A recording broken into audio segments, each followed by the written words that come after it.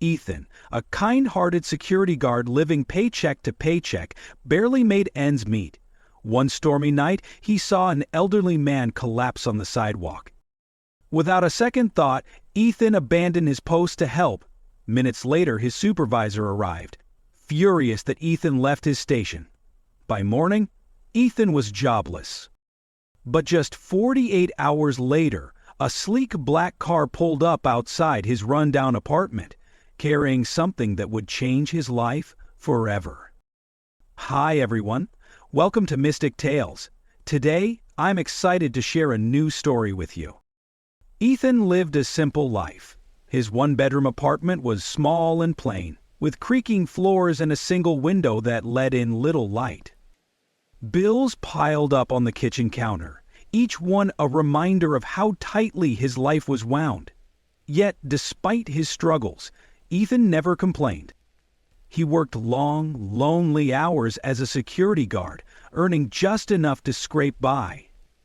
Every night, he sat at his post, a dimly lit lobby of an old office building. It wasn't glamorous, but it was steady. Ethan valued the job because it gave him a chance to feel useful. But lately, even that comfort felt shaky. His boss was strict, always watching for the smallest mistake. Still, Ethan's heart was big. He believed kindness was the one thing anyone could afford, no matter how little they had. This belief would soon lead him down a path he never expected. One rainy evening, the city was quiet, wrapped in a cold drizzle. Ethan was finishing his cup of instant coffee when he noticed something unusual through the glass doors.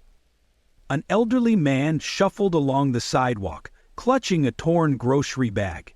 The rain had soaked through his clothes, and his steps were unsteady.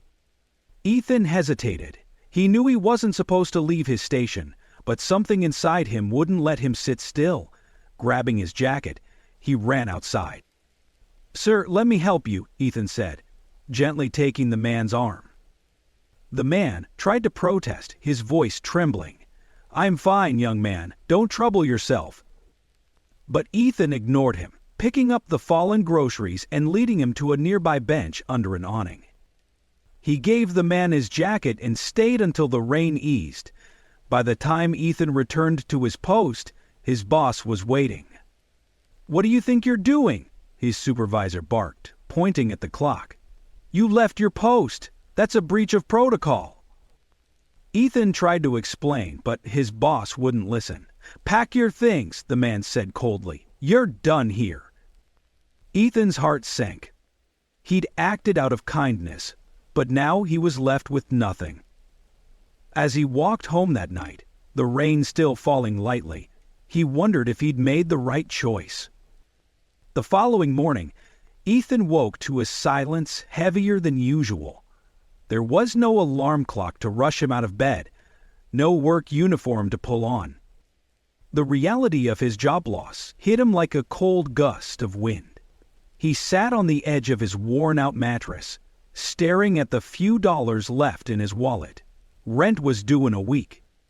Despite the uncertainty, Ethan couldn't bring himself to regret helping the elderly man. "Kindness isn't about expecting something in return," he muttered to himself, trying to stay strong. But kindness doesn't pay the bills. Ethan spent hours walking around the city, searching for work. He visited small shops, handed out his resume, and asked if anyone needed help. Each rejection felt like another weight added to his shoulders. Employers either wanted someone younger or had no openings. By the end of the day, he had nothing but aching feet and an empty stomach. That evening, he returned to his apartment to find a notice slipped under his door. The landlord had left a warning about overdue rent. Ethan's chest tightened as he read it. He sat at his tiny kitchen table, staring at the paper. The memory of the elderly man flickered in his mind, the gratitude in his eyes, the frailty of his hands as Ethan helped him. In that moment, Ethan's sacrifice felt heavier. The rain began again, tapping softly against the window. Ethan leaned back in his chair, overwhelmed by the weight of his choices. He had always believed that doing the right thing mattered. But now, doubt crept in. What if kindness wasn't enough? Hours later, as he prepared for bed, a loud knock startled him. He froze. Few people ever visited him. With cautious steps, he opened the door. A man in a suit stood there, holding an envelope. "Ethan, right?" the man asked. His voice was calm, but his presence filled the small hallway. Ethan nodded, unsure of what to say. "This is for you," the man said, handing him the envelope. Without another word, he turned and walked away, disappearing into the night. Ethan closed the door, his heart pounding. The envelope felt heavier than it should have. When he opened it, his hands trembled. Inside was a letter. At the bottom, something was scribbled that caught his eye. "This is the beginning of something bigger." The suspense was unbearable. Ethan had no idea what was coming, but it felt like his life was about to change. Ethan sat at his table, staring at the letter. The handwriting was neat but unfamiliar. The note itself was simple. "Your kindness hasn't gone unnoticed. Meet me tomorrow at Cafe Cornerstone, 10 a.m. This is just the beginning of something bigger." He read it over and over, his mind racing. Was this a cruel joke, or could it be something real? The words, "your kindness," stuck with him. It had to be about the elderly man, but who was behind this letter? The next morning, Ethan woke up early, anxiety twisting in his stomach. He didn't have much to wear. A clean shirt and his only pair of decent shoes would have to do.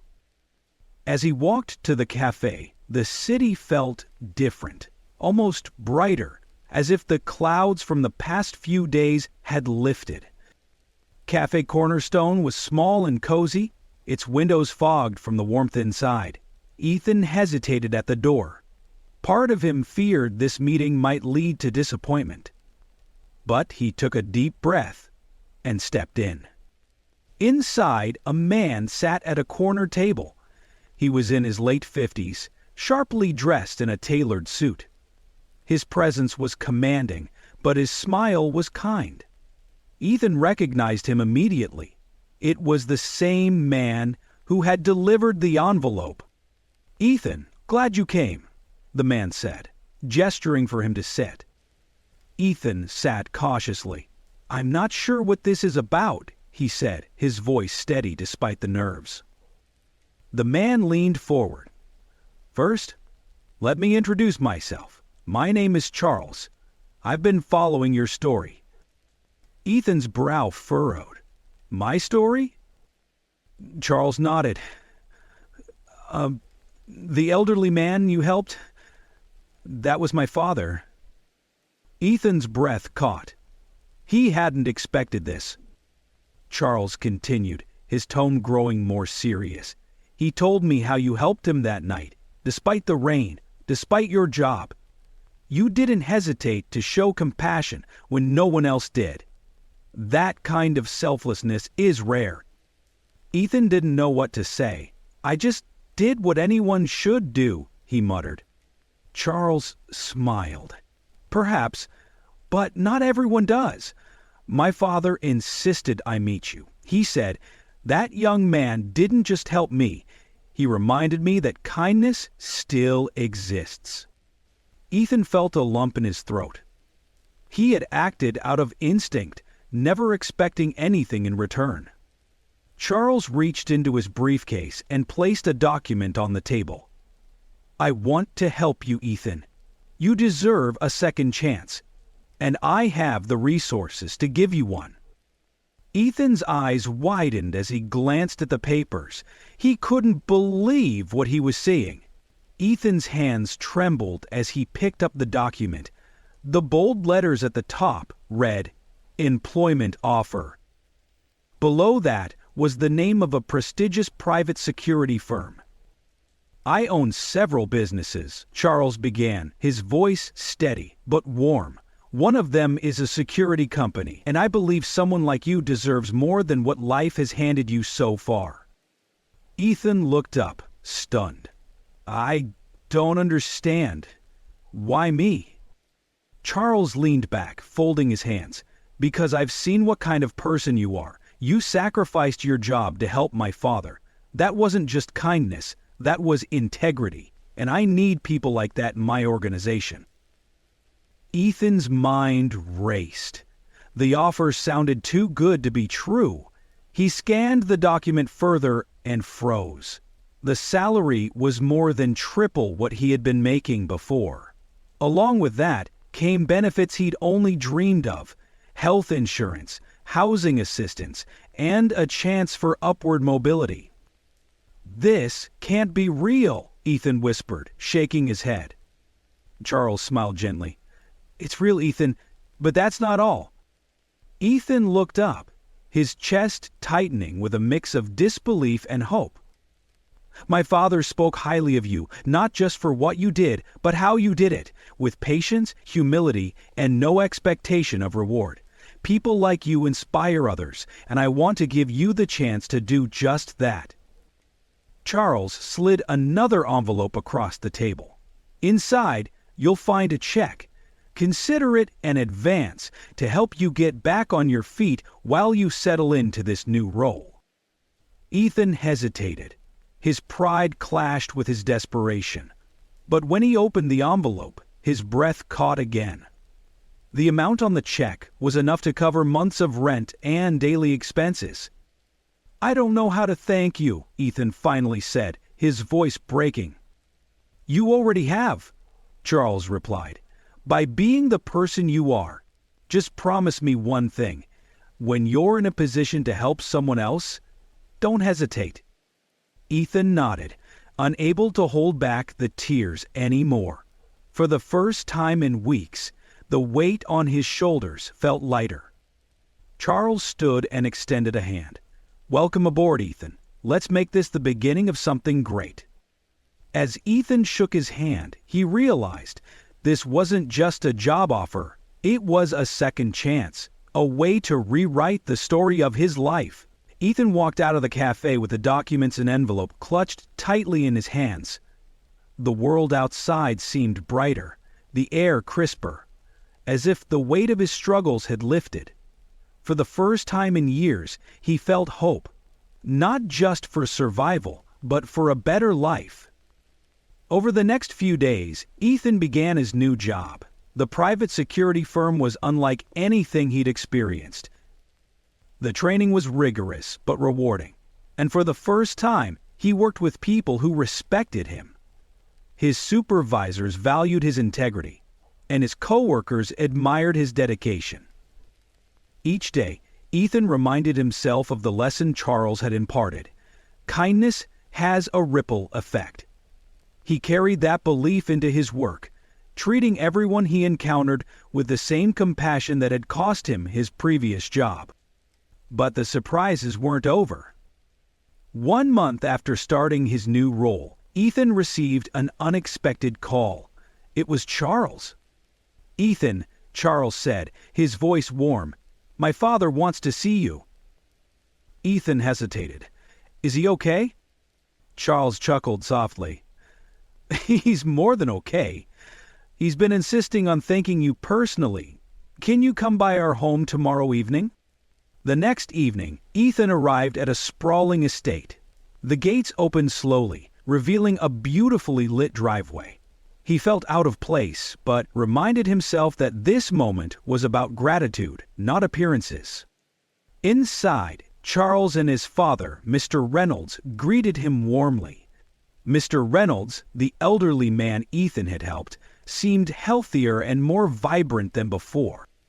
You didn't just help me that night, Mr. Reynolds said, his voice steady but emotional. You reminded me of something I had lost faith in. Human kindness. Ethan smiled humbly. I was just doing what anyone should. Mr. Reynolds shook his head. Not everyone would. That's why I wanted to thank you properly. Charles handed Ethan a small box. Confused, Ethan opened it to find a set of keys. "These are the keys to an apartment," Charles explained.